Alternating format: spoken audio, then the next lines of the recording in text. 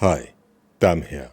About 4 days ago, I saw something in the news. It's world news now, and it's about Kylian Mbappé, the football superstar. Some senator, some Paraguayan senator, a woman, went on X, Twitter, and had some horrible racist words to say about Kylian Mbappé. To give you a bit of context for those who don't know the story, France played Paraguay at the World Cup about 4 days ago. France beat Paraguay, and shortly after that, that Paraguayan senator went on a racist tirade against Kylian Mbappé. Now, please bear in mind that that senator is 61 years old. We're not talking about an emotional 18-year-old here. 61-year-old politician, senator, behaving in the most disgraceful manner you can imagine. Which again shows us that, age does not equate wisdom. She went on a racist rant, and all those news media made sure to say exactly what she said. I'm not going to repeat the words she said. If you're not aware, just go to your favorite search engine and type in Kylian Mbappé, Paraguayan senator, racist insults. And you're going to be able to read everything she said. So it was horrible. Talking about coconuts, talking about chimpanzees, talking about, just some horrible stuff. Now, I was shocked that a senator, a political figure, being a senator is quite a big thing. I was shocked that a senator would have the courage to post on X her views about black people. And when you're doing that, you are not only exposing yourself and exposing your ugliness, your inner evil, but you are also painting your entire family in a negative way. Because if you're talking like that, if this is what you believe about black people, we can infer that these are the type of values you've instilled in your children. Now, I spent 5 minutes doing a little bit of research on this woman. She's 61 years old. She's got one child, a grown child that is married.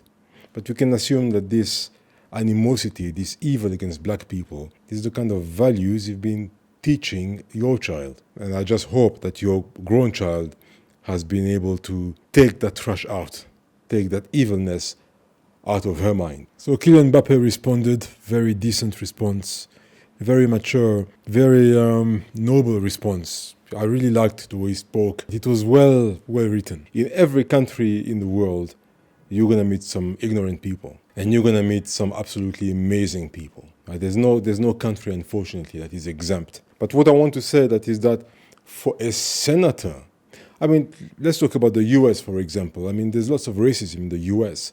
Let's talk about France, Europe. I was born in Europe. There's still lots of racism in Europe, but you will never find racism to that extent. Naked, blunt racism from the 1950s, equating black people to chimpanzees, and this is mind-blowing. And the fact that somebody can say that in Paraguay, and as of today, 4 days later, still be a senator is quite amazing. And it gives you an idea of the country, the kind of country, Paraguay is. It's a hate crime. So that gives you, an insight into Paraguay and what kind of country, what kind of government it is. And I want to choose my words carefully here, because I've met some lovely Paraguayans. So you should never paint an entire nation based on some few negative experiences. So yeah, it's not everybody, So yeah, of course, like in every country, not everybody can be good or bad. But I wish that President Macron and the French Senate draft something nice so that that senator can never ever travel to France for the rest of her life. It's such a disgusting individual. But that made me think about my own situation.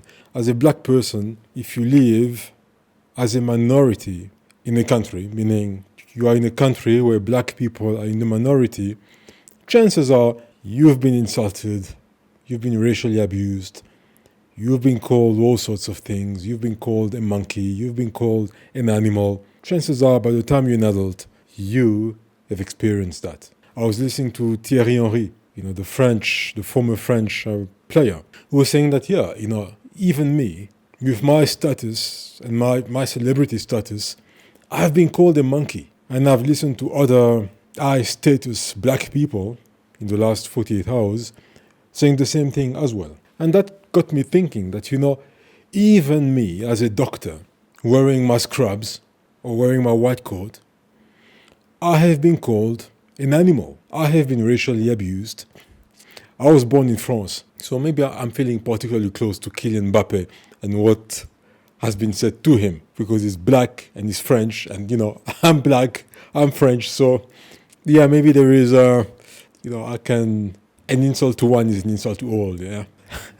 But yeah, I mean, even me as a doctor, I mean, I've been insulted, I've been called a monkey, I've been called an animal. I was once in a hospital and it was quite busy. The queue was getting really, really long in the ER, and I was the only doctor on the floor. Or were we two doctors? No, I was the only doctor on the floor at the time. And I went to RCU because there was an emergency in RCU, so I had to leave the ER. I went to RCU. It must have been right after 7 p.m. And, it's the time usually when people come back from work and then the kid is sick, so they decide to bring the kid to the ER, or after work they make a turn to the ER. And sometimes it's for some silly things. But anyway, I was in RCU. There was an emergency for one of our RCU patients. So I left the ER, went there, and there was a guy who was kicking up a fuss in the ER, talking about poor service. What kind of hospital is this? Paying a lot of money and blah, blah, blah, blah, blah. And they told him, no, the doctor is in the RCU. And then he went to look for me at the RCU. Like, I want this doctor to have a look at my kid now. The kid was not even seriously sick. It was some kind of upper respiratory tract infection. They were going to get an antibiotic and go home. So they should not even have been in the ER. It was a GP, family physician type of thing that they could have sorted out in the morning, go to a pharmacy for the night, get some symptomatic treatment, some paracetamol, acetaminophen, nasal spray, stuff like that. But anyway, it's always those who are the least sick who are making the most noise in hospitals. So he went to RCU to look for me, but couldn't get in because the RCU doors are locked and you can't get in unless there's a code at the door. So he couldn't get in and he was making a lot of noise. He was at the door there, being very vocal. Finished what I was doing, got out of the RCU, and there was the guy, running his mouth. Yeah, but what are you doing here?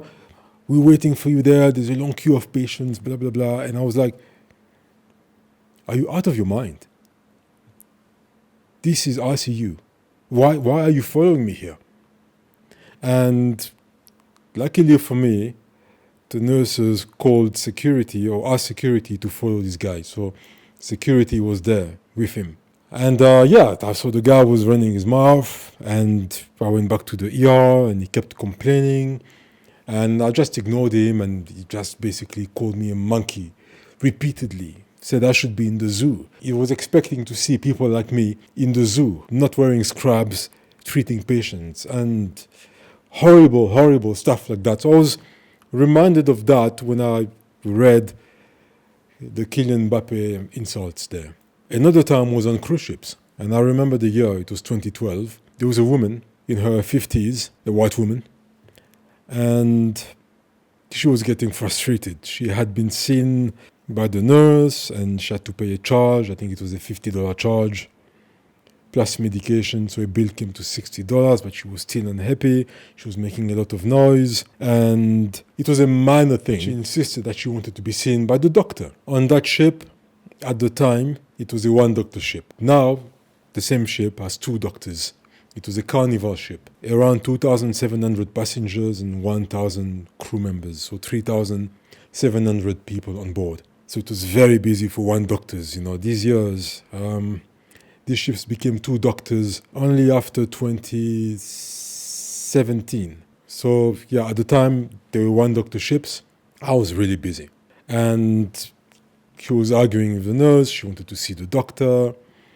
And then they told her, okay, you can see the doctor, but then you have to pay the consultation for the doctor. So that's going to be, at the time, 2012, if I'm not mistaken, it was around $160 around there. And she made a lot of noise, like she's not gonna pay, and she was there with her partner. I thought it was husband, but he was the boyfriend actually. And she made a lot of noise there. And later on, the partner left, she stayed, and she kept saying, yeah, but you nurses are useless, I wanna see the doctor now. And I got out, I was finishing a consultation, so I got out of the consultation room. And she saw me, and I told her, listen, lady, you're making a lot of noise. You can see there's a queue of patients. Please, you have to stop screaming like that. You have to calm down. And if you want to see me, fine. But, you have to go through triage. And then the nurses will advise you. You're going to sign the forms. And she said, no, I'm not going to sign anything. I'm not paying anything. I'm on a cruise ship. And if I'm sick now, it's because of your ship. So it has to be free. And I said, no, I'm sorry. It's not going to work like that. And she completely lost it there. And then she said, you stupid monkey. Followed by, you fucking African animal. Just like that. I'll never forget that. And she was in my face when she said that as well. She came quite close to make sure I could hear. I could hear well. So you fucking African animal. I'm already stressed. I'm already under pressure because there's a lot of patients. And I have to see all the patients, passengers and crew. And she's insulting me like that. The crew door is... So the setup of the medical center is that you've got a line of chairs where the passengers are sitting. And then another room, with the door open. And it's the crew waiting area. So you've got lots of chairs as well. And the crew is there. So both the guests and the crew can hear that. And the nurses. I'm the only black person in the medical center. The doctor. The three nurses, two of them are white, and one is black, but she was not on duty that day. She was post-call, so she was off. And then when it comes to the patients, they were all white. On that day, the passengers waiting were all white. And then there's some crew members waiting as well. Security was there as well, that I remember. 2 security guards were there because she was making noise, she was screaming, she was refusing to leave. And security was trying to tell her to please, you need to leave now. You don't want to see the doctor, you don't want to pay for the consultation, you're insulting people, you're making a lot of noise, you have to leave. And that's when she said in front of security, you stupid monkey. And then she came closer to me. And then she said, you fucking African animal. At that time, I'm not usually affected by things like that. But for some reasons, I was really irritated when she said that. And the reason I was irritated, because, I did some introspection on why I was so irritated. Because normally you would say that to me. I would just look at you and said, okay, congratulations for exposing your racism and report her, But on that day, I was really, when she said that, I got really upset. And I walked towards her, and I think she sensed that I was really angry. And she backed off the medical center quickly, and she got out of the medical center very fast. And then I followed her outside, and I was about to slap her. So she got out of the medical center, and I followed her out. And she looked at me and she looked kind of, like a bit startled. She didn't expect that reaction. And I stopped. Like I raised my hand and I was like...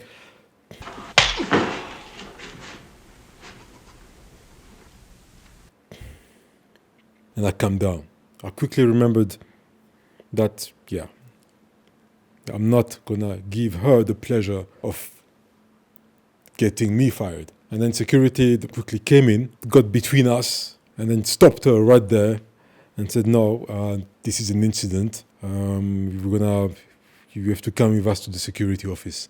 And then I did some introspection on why I reacted like that and why I almost slapped her. And then looking back, that was many days later, after analyzing the situation, many weeks later actually, and I realized why I reacted this way. Obviously, security made a report and wrote exactly what she said. And I made a report and also wrote exactly what she said. And I sent that email to the medical director, CC, captain, staff captain, hotel director, guest service manager. I made sure that, all the managers were copied on the racial insults that she vociferated towards me.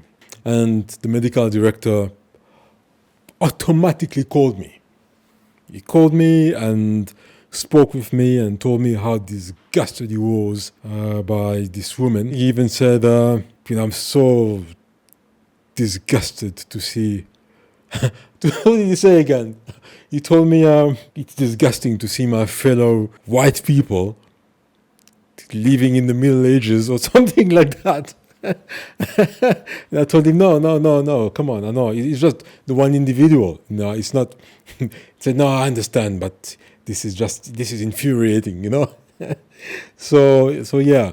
And then the captain was Italian, and he was fuming. And he was a cool guy, he was a good friend, and he was really upset, And he came to the medical center to see me, and then he told me, what, my only regret is that our next port is our home port. And so she will disembark at home port and go home. But if our next port was anywhere else, in the Caribbean, in Jamaica, or in the Bahamas, or in Mexico, I was going to disembark her and a boyfriend and kick them out of my ship in the morning. And then money or no money, I was going to leave them there, and they left to fend for themselves and sort themselves out. But they're lucky that, our next port in 2 days is home port. And I said, no, I appreciate that, Captain. Don't worry, it's okay. And then, asked me, so how are you holding up and all that? I said, no, I'm fine. I'm completely fine. I'm not going to let one demon trying to get into my mind and pollute and toxify my brain. Absolutely not. She is not, I'm not even thinking about her. And the guest service manager asked me, so this is a one-doctor ship. This woman must have such a low IQ because now if something happens to her, and she needs a doctor. You're the only doctor on board. What is she going to do? But more importantly, let's say something happens to her. She needs urgent medical attention. It's a life-threatening emergency. Or whatever emergency. Are you willing to assist her? And I said, absolutely. I'm a doctor and my job is to save lives. So I've got no problem assisting her. So yeah, if she's... God forbid, if she gets a heart attack or if she falls down the stairs and something happens to her, and I will treat her like I treat all my patients, with care, competently, with dignity, and I will do my very best to give her the very best of care, just to show her that, and hopefully she'll realize that I'm not an animal, I'm not a monkey. Cheers. If you want to hear more about that, join me on Patreon, where I discuss these in depth. Join me on Patreon for more stories about the cruise ship industry. See you there.